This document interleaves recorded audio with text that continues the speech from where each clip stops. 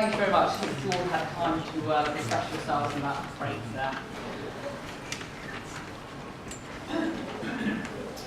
The Cornish Food Box Company was set up in 2010, and we basically deliver Cornish food out across Cornwall and then the wider country as well. But I want to talk about how farming has changed and therefore where we fit into it. As you'll all be aware that we live in changing and challenging times, but this isn't a new situation. I grew up on a small farm near Helston. My father, who's somewhere in the audience, was milking a small Frisian herd, which they then sold in the early 1980s and left farming at that time. I always remember my mother saying that effectively the more work they did, the more money they lost. It simply was just not easy to make money in a small farm. And that was like many others in Cornwall. On 100 acres, it's really, really hard to make a living. There are many still trying to do that and struggling with it. Essentially, over about the next 15 years, all of the small farms around us basically disappeared. They stopped farming and essentially went to holiday cottages and horses, as Victoria was saying earlier, changing sheep rather than milking. Eventually, Helston Market, you see the picture up there in the 1960s, it closed in 2001. It was a result of slow decline over time, but also foot and mouth disease was instrumental in that closing in the end. And that closure really changed that community and changed that way of life. There was a loss of that place that brought people together and that loss of the market for the goods that farmers were producing. Some small farms did manage to diversify though, and they changed what they were doing, changed their activities and found a way forward from that. And over the last 20 years there's been a real development of new products and producers coming forward. You can see Helston Farmers Market today, they've got a new building on the site. There are many producers selling through that market, and it helps develop new businesses, bring new products to the market. And Brown Cornwall, as you'll all be aware, is now a sort of major foodie destination. As I said, there are some farms that manage to diversify and change and add to their traditional activities.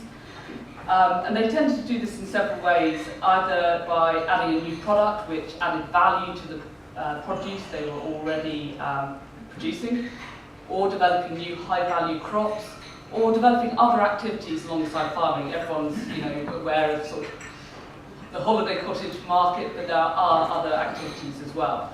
So I just wanted to talk to you about some early pioneers for that and some newer ventures as well that are being developed today. So Roskilly's, which I'm sure you all have heard of, started making ice cream in 1987. They've got a Jersey herd, which is organic, and all of their milk goes into producing their ice cream now, of which 50% is sold out of county, so it's a real export business. They have 60,000 visitors a year to the farm, and they make a range of fudges, jams, chutneys, alongside the ice cream.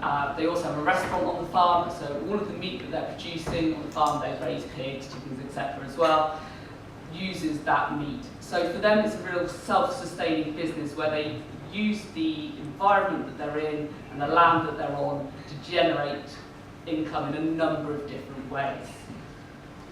They also have been really proactive about generating electricity on the farm, and 15% of the electricity they're using, they generate themselves on the farm. Also very important for them. Second one I'd like to talk about, which is also early pioneers, Tregasso Asparagus Farm with John and Jenny Keeler. So they have about a 200-acre farm, and they grow 50 acres of asparagus, obviously a really high-value premium crop. They started that 15 years ago and were the pioneers of growing asparagus in Cornwall. And they're known for producing a really, really high-quality, high-grade crop, which is highly valued by chefs and is a really desirable produce.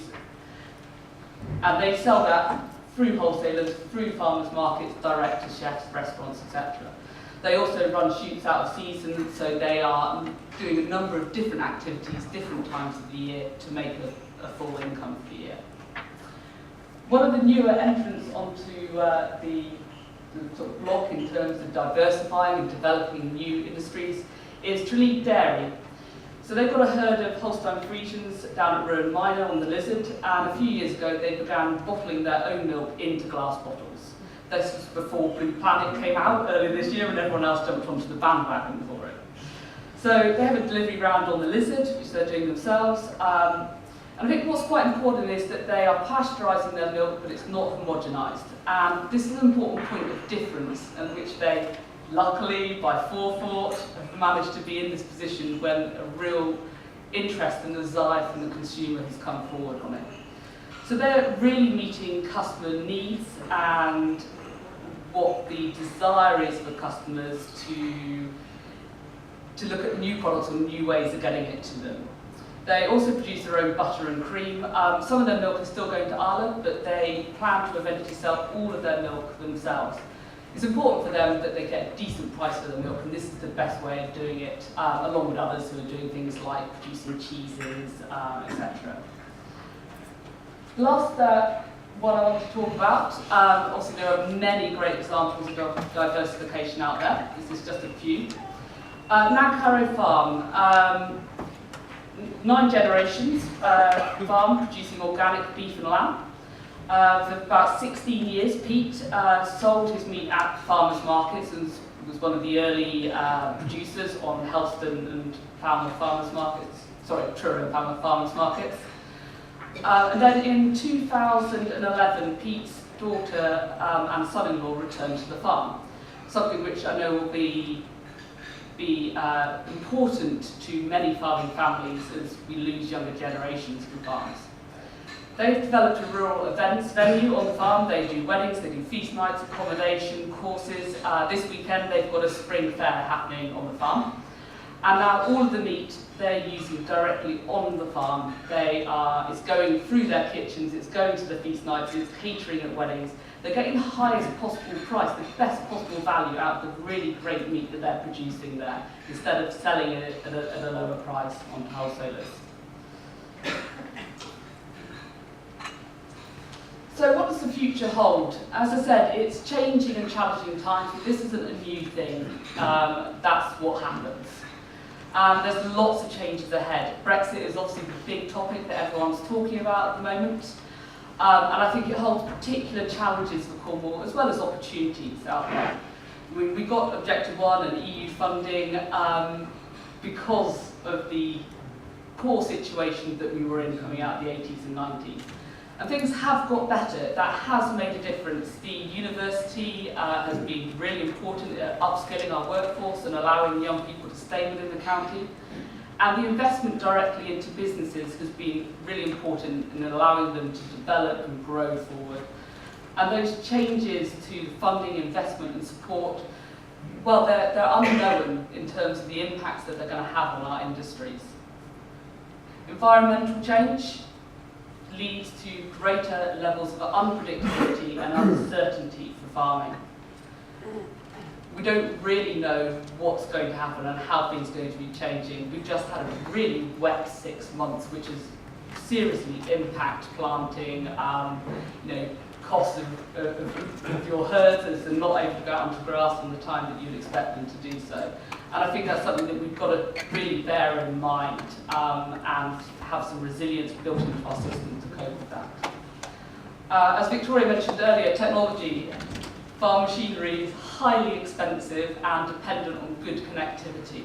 One of the things that EU funding obviously has helped with is development super fast across Cornwall. No, it's not everywhere yet, but it's a lot better than it used to be. And a lot better than a number of more urban areas as well. We've been lucky in Cornwall with that.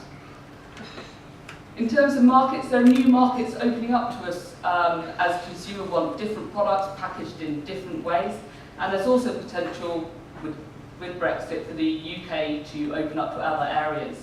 But that poses its own challenges and risks. There's been a lot of talk over potential issues with US food standards and how much is going to be coming in from elsewhere. And I think that's of real concern to us all. And then the final point on that is about food politics and perceptions. It seems nebulous, it seems slightly unimportant sometimes, but how a product is presented to the consumer, how it's packaged, how it sits on the shelf, determines whether they're going to buy it or not. And the general consumer is fairly uneducated about farming and food and where it comes from these days, but they want to be more educated.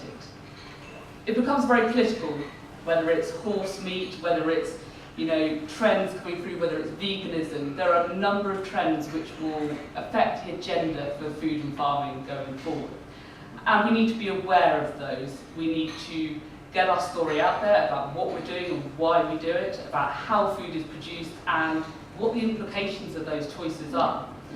Consumers want traceability, they want trustworthiness, they also want it to be convenient, they want it to be cheap, and these things don't all necessarily work together.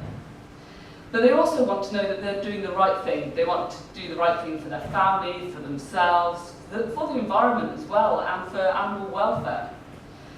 But they, as I said, they also want it cheap, that there has to be, something has to give on that. You'll often see plenty of outraged Facebook posts over animal welfare, whether it's a dog locked into a car on a hot day or cats not being treated well. But do they consider the conditions that the pigs are living under when they buy cheap bacon or cheap salami? And people do need to know about where these issues are. They need it to be, the information to be given to them in a way that they can take on board in their busy lives. But we need to push that agenda forward and to make sure we're telling the right stories. The UK and Cornwall produce some fantastic, high-quality food being produced in exactly the right way. And people will buy into that, but we have to let them know about it. So around Cornwall, I mentioned this before.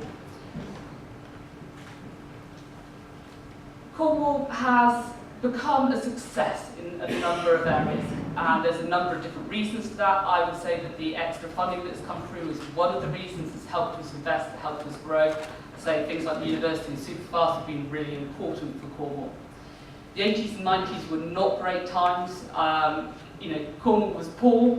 It was considered backwards, and I suppose it was unconnected to the rest of the country, and that really affected what we could do, where we could sell our products, and effectively we were perceived as just a sort of holiday by the seaside place. I think that image has changed. Last year there were lots and lots of visitors to Cornwall. Part of that would be the value of the pound and the cost of going to Europe for your summer holidays. But it also meant a number of people were coming in. I've seen more European and American visitors over the last couple of years than ever before. Cornwall is obviously a well-known foodie destination. We have some fantastic, celebrity chefs now, and they've really helped us put on the map, and also to put some of those products on the map as well. We produce some of the world's best food. So Cornish Blue, World Champion Cheese in 2010, Sharp's Pilsner, World's Best Lager in 2013, Tarquin's Gin, which I hope you've all indulged in at some point. Fantastic. Their Navy Strength won World's Best Gin last year. And now we've got Kern from Liner Dairies as World's Best Cheese in 2017. There's not many regions in the UK or elsewhere in the world that could be saying those things. And frankly, Cornwall's become a very cool destination. Okay, there's surf, there's sea, but it's also about that wider environment. We've had a number of people move into the county. A lot of tech businesses are moving in, thanks to Superfast and the ability to work remotely and to connect at the speed you need to. And this brings opportunities. It strengthens the economy. It develops high-value markets in what's been a really poor region for years. But it does also bring pressure on land infrastructure, environment. The pressure on land for housing is really strong in areas. The ability to provide housing for our local population at reasonable cost, whilst also serving the needs of those people who are coming in and buying second homes, is causing conflict, it's causing difficulties, and there's only so much room. The road network, dualling of the last section, the A30, which is desperately needed, impacts on those farms that are along those routes as well. So it's a time of opportunity, but with that opportunity comes challenges and changing times for everybody. So support for agri-food businesses, is it necessary or desirable? Victoria was just saying in her speech earlier that financial support is necessary for farming, that in order to make a profit, we need support. As a business person, it's important to me that what we do is commercially viable, that we are not reliant on grants long term, that it is sustainable economically what we do, because I can't see a future unless it's like that. But in order to do that, in order to grow those businesses, in order to develop our economy, we do need support and investment. It's really hard in a climate where banks aren't lending, where the economy is sluggish, and where people are really uncertain over their futures. EU funding has helped transform parts of our economy after years of decline and underinvestment. And post-Brexit, Cornwall needs to ensure that financial support continues. It's not just a holiday destination. It's a place where we work, make a living, want to be able to bring up our families in. And in order to do that, we need to be able to make a profit in a sustainable, environmentally friendly way, doing what we love.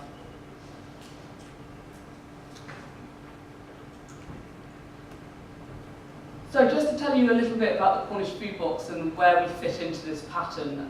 We started in December 2010 delivering Cornish food and drink direct to consumers, plus a small shop in Truro. We set up really with the aim of being able to provide jobs and a future within that farming industry and the production of food in Cornwall. We've now got over 200 suppliers and we sell about 1,500 lines from across Cornwall.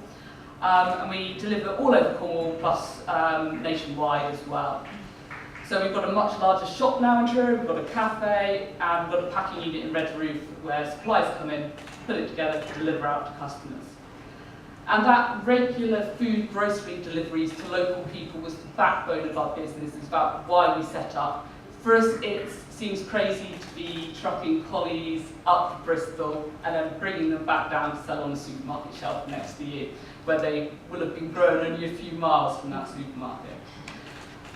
It's also important for us that our food is traceable, that there's a level of trustworthiness in, that you know where it comes from and you know what's in it. And I think that's becoming more and more important to consumers as they realise what extended food service deliveries have done.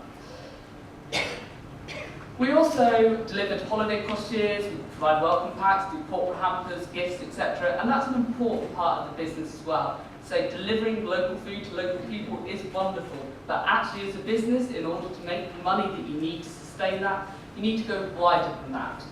So developing holiday sort of visitor business is important as well within that.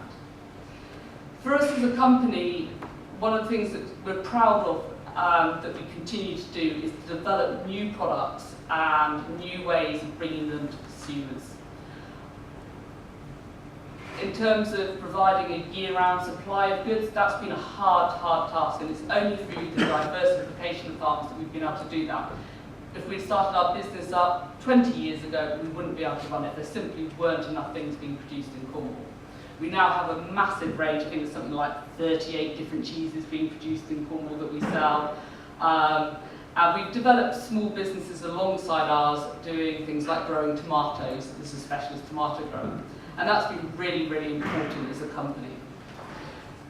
We want to sell more Cornish produce to more people, whether that's within Cornwall or outside to the rest of the UK, or outside of that. We do deliveries to Italy, Southern Ireland, and that's important as a company. Cornwall can have a great future by looking after its landscape, producing the fantastic produce that it does already produce and expanding that, and about getting that out to the rest of the nation. And I think that we need to recognise that we need to be commercially viable, we need to be economically stable, and the way about doing that is using our assets to the fullest.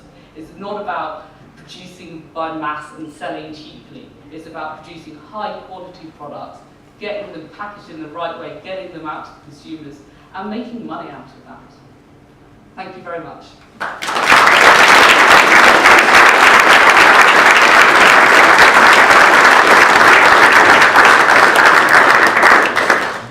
Thank you, Lucy. And I think, Lucy, you were at Mancaro this morning.